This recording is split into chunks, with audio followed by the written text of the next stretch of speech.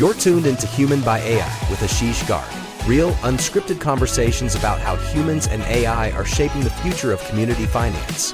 Grab your favorite drink and let's dive in. Welcome to our podcast, Human by AI. Okay. And I cannot tell you how excited I am to have one of my favorite people on the podcast. Nathan is here. Okay. So Nathan, welcome. Good morning. Thank you for having me, Ashish. Yes.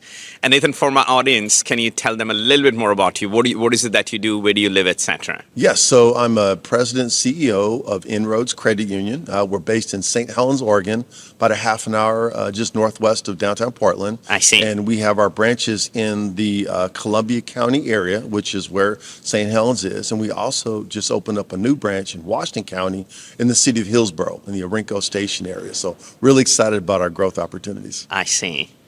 And in that area, the city is St. Helens, you said? Yes. Where does your membership come from? Is that a particular type field of membership, or anybody can become a member? Yes, well, the original field of membership started with the paper mills, which is a big industry in that area. Then I as see. time went by, obviously the paper mills and the sawmills and a lot of the manufacturing closed down. So we started to move our field of membership further west and further Yeah. south where the growth opportunity is. And that's why I'm very excited about Washington County, because you have the city of Beaverton, which is where I live. Yes. Home of Nike. I'm a big Nike Yes. and then Hillsborough, which is where Intel is. And, you know, they refer to that area as the Silicon Forest. I see. Because outside of Silicon Valley, this is the second highest concentration of tech jobs in the country. I see. So talking about Nike, I have to tell you this, that Okay. I grew up in India. Uh-huh. Cable television came to India only in 1995. Okay. And once a week on cable television, we used to get the NBA Game of the Week. All right. And this was the era the god of basketball, Michael Jordan, was winning. Okay. And Michael Jordan, of course, was a big promoter of Nike Right. back then. So it was an aspirational goal for me that someday I'll own a pair of Nike shoes. Okay, I thought you were going to say you want to play in the NBA, because I could see, you know, the Air Ashish logo, you know, up on the wall. But that's Yeah, I wish I was a little bit taller and more skilled, but one of my wish lists was to own a pair of Nikes. And Nathan, here's what happened. I went to college. okay.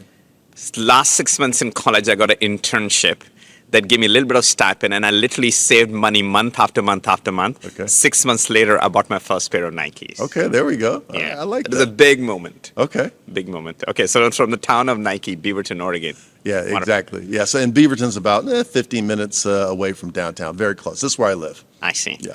So let's switch from Nike shoes to AI, which Okay. is really what we're discussing today. So the objective of this podcast is to explore sort of different themes around AI, what's happening, et cetera, et cetera. So my first question for you, are you an AI skeptic or an AI believer? I'm an AI believer. You are. Yes. Okay. And why? You know, I think AI, when used properly and efficiently, can significantly enhance the member experience. Because, and I'll just speak on behalf of our firm, you know, we're digitizing the company. We're Yeah. trying to meet the member where they are 24/7. And with AI, it allows us not so much to replace staff per se, but to really enhance that member experience, because the typical member does not always come into the branch when branches are open. Yeah. They're like me, they're working on their banking before work or after hours, Yeah. and they need that interaction. So, and we don't have the infrastructure to have 24/7 call centers, you know, where we're fully staffed with InRoads employees. Yeah. So that's how we like to leverage AI, both see. for the members and for the staff. I see. And 24/7, I think this is something I've been hearing more and more and more, that more and more financial institutions, especially credit unions, want to operate 24/7. But there was a time, Nathan, like 9 to 6 was okay. So why 24/7? Like, what's driving this 24/7 demand? I think it's just our lifestyle, and we also our financial wellness lives aren't always from 9 to 6. Our financial wellness occurs 24/7. So if I have an idea or I need to do a transaction, I need that capability 24/7. I just look at myself. On Sunday, I was working on my home computer doing some work, and then at about 6 o'clock, I said, okay, I got to button up my, you know, some pending financial things. Yeah. And I interacted with my company, you know, InRoads, and Yeah. I went online and I, you know, worked through the system. That's just my lifestyle, and consumers' lives have changed. Actually, I'm so glad you said that, because if I give you my own example, 9 to 6, I'm usually working, sometimes recording podcasts, but not always. But 9 to 6 is rarely I get into finances. I usually get into my finances late in the night after 10 p.m. or on the weekends. And when I do get into it, I need what I need at that instance, right? I don't have that much time. Exactly. No, we're in the same boat. And I think you represent what the members and the overall consumers need. They need that 24/7 access. I see. And why can't we just hire people, right? Let's have 4 shifts and run it 24/7. Like, why AI?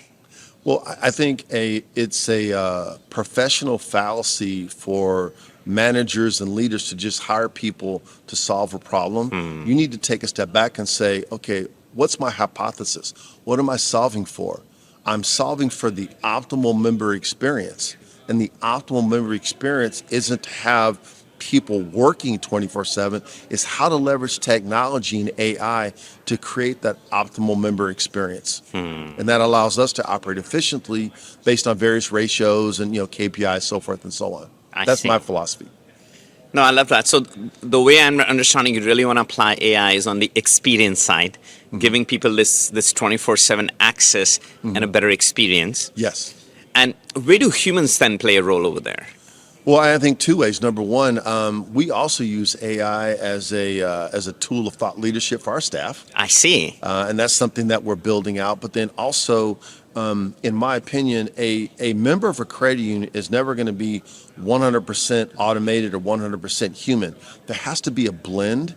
So, during regular business hours, if they need that member experience, it's in person, they can go into a branch or, like for us, use our ITMs and click on a button and have a face-to-face interaction. Or if it's after hours, I have that digital capability that keeps the experience solid. But not only for consumers, but for small businesses too. And that's where I want to go for our company, is enabling AI to leverage our small business relationships. I see. And how is sort of small business more unique than, let's say, regular consumer? Do they have different requirements? Is it similar? Slightly different. I think one thing that's similar is that it is 24/7. Yes. Because during the day, they're running their business. Exactly.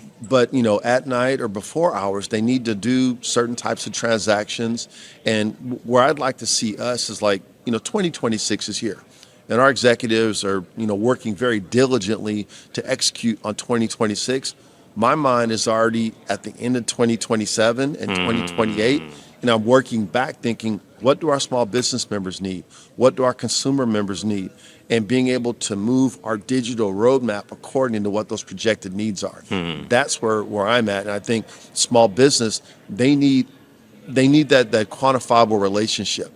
My information is secure, my information is accurate, and my transactions are reliable. That's where we're going. I see. And are you seeing any resistance from your staff or even from your membership in adopting AI? No, not at all. I think they expect it. I think it's all about how you tell the story and deliver the message. AI is here to help us. AI is not here to hurt us. And again, there's a lot of information floating around, but it's how you tell the story. And that's what I always tell our employees. My role is to be chief storyteller.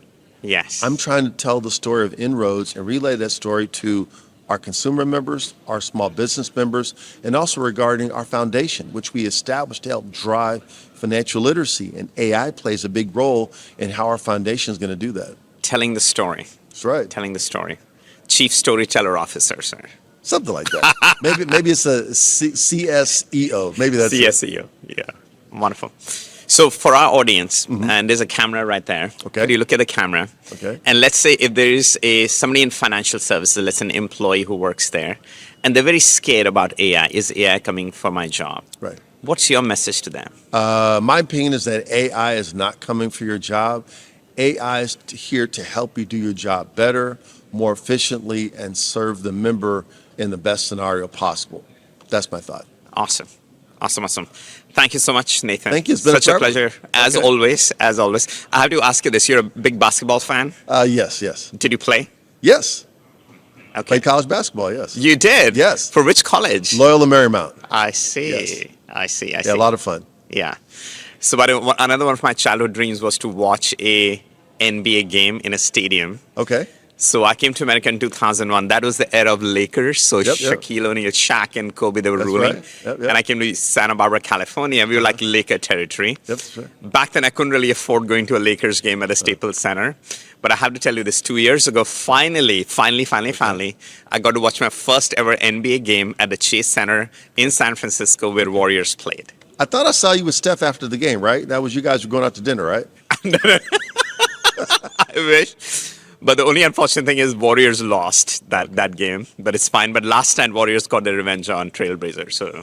You know, the funny thing about NBA players, you go from high school to college to the pros. When I went from high school to college, like, these guys are big and they're fast. You know, when you get to the pros, it's even bigger and faster. Yeah. How when you went to the game, what was it like? The pace, the speed. What was your experience like? It was mind-blowing. Yeah. The speed at which the game runs, and maybe you can call it like the modern game or whatever. Right. Just the number of shots, like there are 3-pointers, Yeah. and it's crazy from where in the court they like shoot and they drop. Yeah. Right. I never saw that like in the late 90s. Something's really evolved. Yeah, exactly. Yeah. By the way, I was staying at a hotel here in Portland. The Warriors were in town. Okay. And last evening at around 4:30 p.m., so there was a game last night. Yep, yep. I come out of my Blazers and hotel. Warriors, yeah. I come out my hotel. I was very well dressed. There's a long line of people. I'm like, oh, are people here to meet me? Yes, yes. I was very excited. Okay. And then suddenly Steph Curry walks by next to me and everybody rushes to him. So I saw Steph Curry for the very first time. Well, they probably thought you may have been his bodyguard, so you were walking together. That was it. But yeah.